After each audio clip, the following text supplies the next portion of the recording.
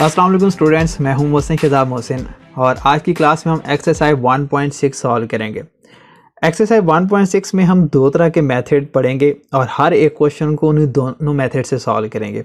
एक है हमारे पास मैट्रिक्स इन्वर्जन मेथड और दूसरा है क्रैमर रूल। हर क्वेश्चन को दोनों मेथड से सॉल्व करना है। आपके पेपर में जो क्वेश्चन आएगा जब 1.6 में से, तो इनमें से कोई एक मेथड पूछा हुआ होगा, आपने उसके अकॉर्डिंग सॉल्व करना होगा, लेकिन सीखने आपने दोनों है। मैट्रिक इन्वर्जन मेथड के बारे में तो आपने तकरीबन एक्सरसाइज 1.5 के अंदर पढ़ लिया, यानी आप जिस तरह से एक मैट्रिक्स का इन्वर्स फाइंड करते हैं उसी तरह आपने यहाँ पे भी इन्वर्स फाइंड करना है। ये जो दोनों मेथड हैं ये हम यूज़ करते हैं लीनियर इक्वेशंस को सॉल्व करने के लिए, जब उनके अंदर जो वेरिएबल्स हैं उनकी वैल्यू फाइंड करनी होती है उसके लिए। ठीक है, तो जो स्टार्ट करते हैं सबसे पहले क्वेश्चन से। इसमें क्वेश्चन नंबर 1 है और क्वेश्चन नंबर 1 के अंदर जो इक्वेशन हमें गिवन है वो है 2x minus 2y is equal to 4 and 3x plus 2y is equal to 6। ठीक है, यहाँ पे ये 2 लिखा हुआ है। तो अब ये हमारे पास दो लीनियर इक्वेशन है और इन दोनों लीनियर इक्वेशन को हमने मैट्रिक्स इन्वर्जन मेथड से और क्रैमर रूल दोनों से सॉल्व करके यहाँ पे जो x और y है इसकी वैल्यू फाइंड करनी है। तो इसको मैं सबसे पहले सॉल्व कर रहा हूँ मैट्रिक्स इन्वर्जन मेथड से। तो मैट्रिक्स इन्वर्जन मेथड में अगर हमने इसको सॉल्व करना है या क्रैमर रूल से सॉल्व करना है, सबसे पहले इन लीनियर इक्वेशंस को हमें मैट्रिसेस की फॉर्म में लिखना पड़ेगा। अब लीनियर इक्वेशन को मैट्रिसेस की फॉर्म में लिखना बहुत ज़्यादा इजी होता है। आपने क्या करना होता है कि जो यहाँ पे वेरिएबल यूज़ किए जाते हैं, इन वेरिएबल के साथ जो कोफिशिएंट हैं उनको लिखना होता है मैट्रिक्स के अंदर। ठीक है, तो सबसे पहले हम एक मैट्रिक्स बनाएंगे इनका कोफिशिएंट का, जैसे यहाँ पर लिखा हुआ है 2। मुझे एक और बात याद रखना, आपने ये कोफिशिएंट विद साइन लिखने होते हैं। जैसे कि ये +2 है तो आपने ये लिखा, ये -2 है तो यहाँ पे आप लिखेंगे -2। फिर देखें, पहले आपने इक्वेशन को पहले रो में लिख लेना है और नीचे वाली इक्वेशन को नीचे वाली रो में लिख लेना है। ठीक है, तो यहाँ पे आएगा 3 और 2, तो इसको आप स्क्वायर ब्रैकेट के अंदर क्लोज कर दें तो ये यहाँ पे आपका एक मैट्रिक्स बन गया।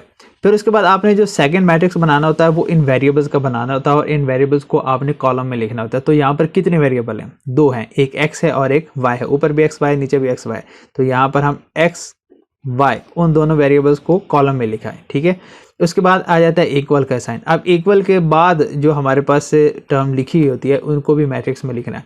तो 2 ही नंबर है, एक 4 है एक 6 है, तो इसको भी हम कॉलम में लिखेंगे, यानी 4 एंड 6। ठीक है, तो ये है हमारे पास एक लीनियर इक्वेशंस को मैट्रिक्स में लिखने का तरीकाकार। आपने जितने भी क्वेश्चन है सबको इसी तरह से सॉल्व करना है, चाहे आप जिस भी मेथड से सॉल्व कर रहे हैं, ये स्टेप आपने लाजमी करना है। फिर उसके बाद आप इन मैट्रिक्स को नाम दे दें। ठीक है, तो सबसे पहले इसको मैं कह देता हूँ मैट्रिक्स ए, ये जो वेरिएबल वाला है इसको कह देता हूँ x, और जो इक्वल की दूसरी तरफ है इसको b कह देता हूँ। अब यहाँ से हमने क्योंकि बेसिकली x और y की वैल्यू फाइंड करनी है। ठीक है, तो जिस चीज़ की हमने वैल्यू फाइंड करनी है उसको सेपरेट करेंगे। अब a इधर है, जब इक्वल की दूसरे तरफ जाएगा बच्चों तो ये बन जाएगा a इनवर्स, और साथ क्योंकि b पहले से यहाँ पे मौजूद है तो ये एज इट इज यहाँ पे रहेगा। ठीक है, ये याद रख लें। वैसे भी अगर कोई हमारे पास एक टर्म फर्ज करें ये ax is equal to b होगा, तो अगर हमने x फाइंड करना तो a इधर मल्टीप्लाई हो रहा है तो दूसरी तरफ जाके डिवाइड हो जाएगा। अब इसकी पावर +1 है, जब हम इसको ऊपर लेके जाएंगे तो पावर -1 हो जाएगी। अब इसको यहाँ से भी याद रख लें। तो अगर हम देखें तो यहाँ पर जो हमारे पास अब रिलेशन बन चुका है, यहाँ पर x is equal to a inverse b। ठीक है, अब इसको हमने सॉल्व करना है। अब यहाँ पर लिखा हुआ है a इनवर्स b, यानी a इनवर्स को मैट्रिक्स b के साथ हमने मल्टीप्लाई करना है। तो हमारे पास कौन सा है मैट्रिक्स है? a इनवर्स तो नहीं है, तो हम सबसे पहले a इनवर्स फाइंड करेंगे। अब a इनवर्स फाइंड करने का हमारे पास जो फॉर्मूला है वो है a inverse is equal to adjoint of a divided by determinant of a। यानी सबसे पहले हम क्या करेंगे, इसका एडजॉइंट फाइंड करेंगे, फिर उसके बाद हम इसका डिटर्मिनेंट फाइंड करेंगे। तो हम करते क्या होते हैं, सबसे पहले डिटर्मिनेंट ही फाइंड कर लेते हैं। तो ठीक है, a का हम फाइंड करते हैं डिटर्मिनेंट, यहाँ पर आएगा a determinant is equal to, अब देखें a डिटर्मिनेंट के लिए क्या लिखोगे, 2 -2 3 एंड 2। ठीक है, उसके बाद इनकी क्रॉस में मल्टीप्लिकेशन हो जाएगी, 2 को मल्टीप्लाई कर देंगे हम 2 के साथ, दरमियान में साइन माइनस का, फिर 3 को मल्टीप्लाई करेंगे -2 के साथ, तो ये आ जाएगा 2 2 ज़ार 4, ये माइनस माइनस प्लस और यहाँ पर 6 इज इक्वल टू 10। अब ये 0 के इक्वल नहीं आया यानी सिंगुलर मैट्रिक्स नहीं है, तो इसको हम सॉल्व कर सकते हैं। अब हम क्या करेंगे, एडजॉइंट ऑफ ए फाइंड करेंगे। तो यहाँ पर डायरेक्ट मैं इसका एडजॉइंट फाइंड करने लगा हूँ। तो ये 2 और 2 इनकी जगह चेंज करनी होती है, तो ये दोनों सेम नंबर है तो इसको पता ही नहीं चलेगा जगह चेंज हुई है कि नहीं। बहरहाल हमने जगह चेंज कर दी और बाकी के हमने साइन चेंज करना है। ये -2 है तो ये +2 हो जाएगा और ये +3 है तो -3 हो जाएगा। तो ये रहा इसका एडजॉइंट। अब हमने क्या फाइंड करना है, इसका इन्वर्स फाइंड करना है। तो इन्वर्स इज इक्वल टू क्या लिखा हुआ है, adjoint of A divided by determinant of A. तो अब डिटर्मिनेंट तो हमने क्योंकि इसका फाइंड किया है कितना 10, ठीक है, और एडजॉइंट कितना है 2 2 -3 एंड 2। अब इसके बाद हम इस इक्वेशन को यूज करने लगे, ठीक है, और इस इक्वेशन को मैं एक दफा लिख देता हूं ताकि आगे सॉल्व करना आपके लिए इजी हो जाएगा। x is equal to a inverse b. अब नीचे इसके ना वैल्यूज लिखते हैं। x के नीचे हम लिखेंगे मैट्रिक्स x जिसका भी हमने नाम लिखा था, वो कौन सा था, x and y is equal to a inverse. अभी हमने फाइंड किया ये है 1/10 इंटू 2 2 -3 एंड 2, ठीक है। उसके बाद है b। अब b की वैल्यू है 4 एंड 6। अब इसके बाद इसको मैं यहाँ पे सॉल्व करने लगा हूँ। यहाँ पर ये आएगा x y, क्योंकि ये तो अभी हमने फाइंड करना है, इज इक्वल टू ये लिखा हुआ है 1/10। अब पहले हम क्या कर लेते हैं, इन दोनों को मल्टीप्लाई कर लेते हैं, ठीक है। हम पूरे इस मैट्रिक्स को हम इस b के साथ मल्टीप्लाई कर देंगे। तो क्या होगा, हम 2 को मल्टीप्लाई करेंगे 4 के साथ, ये आ जाएगा 8। फिर हम क्या करेंगे, 2 को 6 के साथ मल्टीप्लाई करेंगे, दरम्यान में प्लस का साइन रहेगा, ठीक है, तो ये हो जाएगा 12। अब इसके बाद नीचे वाले रो में आ जाते हैं, इसको कॉलम से मल्टीप्लाई करेंगे। -3 को 4 से मल्टीप्लाई किया तो आंसर आ गया -12। और जब अब 2 को 6 से मल्टीप्लाई करेंगे, दरम्यान में प्लस का साइन, तो यहाँ पर भी क्या आएगा 12। तो ये आएगा x y, ये मैट्रिक्स जो कि हमने फाइंड करना है, इज इक्वल टू 1/10।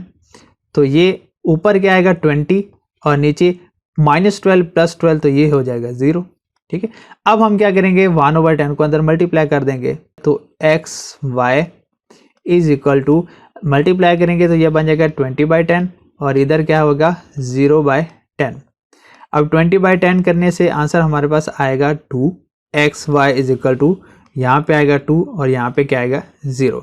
अब ये क्या बन गए हैं, इक्वल मैट्रिक्स। अब इक्वल मैट्रिक्स क्या होता है कि इनकी जो कॉरेस्पॉन्डिंग एंट्रीज होती हैं वो इक्वल होती हैं। तो हमारे पास यहाँ पे बच्चों क्या होगा कि ये x इक्वल होगा इस 2 के और ये y इक्वल होगा इस z के, ठीक है।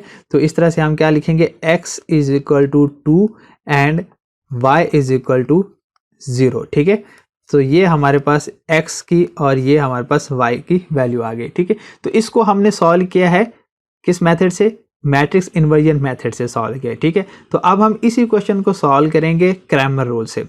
तो इसी तरह से पहले हमने क्वेश्चन को लिखा, फिर उसके बाद इसको मैट्रिसेस के फॉर्म में लिख दिया, क्योंकि हम इसको सॉल्व कर रहे हैं क्रैमर रूल से। तो अब हम क्रैमर रूल्स के ही सारे रूल्स अप्लाई करेंगे, ठीक है। तो मैंने आपको स्टार्टिंग में बताया कि सबसे पहले तो हम इस लीनियर इक्वेशन को मैट्रिसेस के फॉर्म में लिखेंगे, जो कि हमने लिख लिया। चाहे जो भी मेथड यूज़ करें, ये स्टेप आपने लाजमी करना है। अब इसको कंप्लीट सॉल्व करने से पहले आपको मैं फार्मूलाज बता देता हूँ ताकि वो आपको याद रहें और इसको सॉल्व करने में आसानी रहेगी, ठीक है। एक तो आपने क्या करना है कि इसमें फाइंड करना है सबसे पहले ए डिटर्मिनेंट, जो कि हमें पता है, अच्छे से पता है। उसके बाद आपने इसमें ए एक्स फाइंड करना होता है, ठीक है, और फिर उस ए एक्स का डिटर्मिनेंट भी फाइंड करना है।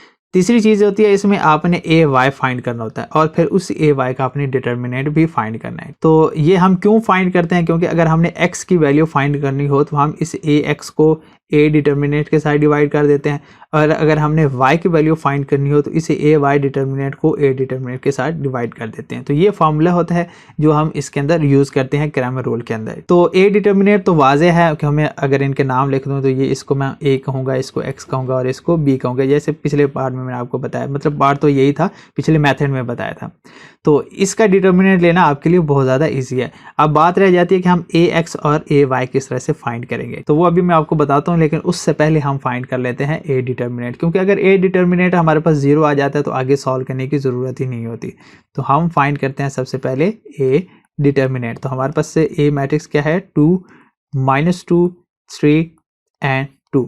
अब क्या करते हैं, इनको मल्टीप्लाई कर देंगे तो 2 2 ज़ार क्या हो जाएगा 4 माइनस प्लस, ये माइनस माइनस प्लस हो जाएगा और ये आएगा यहाँ पर 6। तो आंसर कितना रहेगा 10, नॉट इक्वल टू 0। आगे सॉल्व हो सकता है। अब हम फाइंड करते हैं ax, ठीक है। अभी हम मैट्रिक्स के फॉर्म में इसको लिखेंगे। तो हमें क्या करना होता है कि अगर हमने ax फाइंड करना हो तो ये जो मैट्रिक्स a है ना, इसको लिखना होता है, एज इट इज लिखना होता है, लेकिन थोड़ी सी चेंजिंग करनी होती है। क्या चेंजिंग करनी होती है? जो मैट्रिक्स b है इसको हम पहले कॉलम के साथ रिप्लेस कर देते हैं। मैट्रिक्स b को क्या कर देना, हमने पहले कॉलम के साथ रिप्लेस कर देना, तो वो हमारे पास ax बन जाएगा, ठीक है। जैसे ये है ना 2 -2 3 2, तो यानी इसमें हम यहाँ पर -2 और 2 तो लिखेंगे, लेकिन 2 3 नहीं लिखेंगे, इसकी जगह पर मैट्रिक्स b लिख देंगे, जो कि क्या है 4 और 6। तो ये हमने फाइंड क्या कर लिया, ax।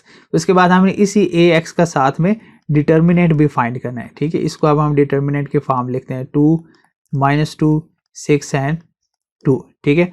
तो ये अगर हम इसको डिटर्मिनेंट के फॉर्म में लिखें और फिर इसके बाद इसका डिटर्मिनेंट अगर हम फाइंड करें तो जो ये आंसर बनता है, यहाँ 2 को मल्टीप्लाई किया हमने 4 के साथ, ठीक है। यहाँ पर माइनस, फिर 6 को मल्टीप्लाई करेंगे -2 के साथ, तो ये आएगा 8 माइनस माइनस प्लस यहाँ पर 12। तो आंसर कितना आ रहा है यहाँ पर 20। तो ax डिटर्मिनेंट का आंसर आ रहा है 20।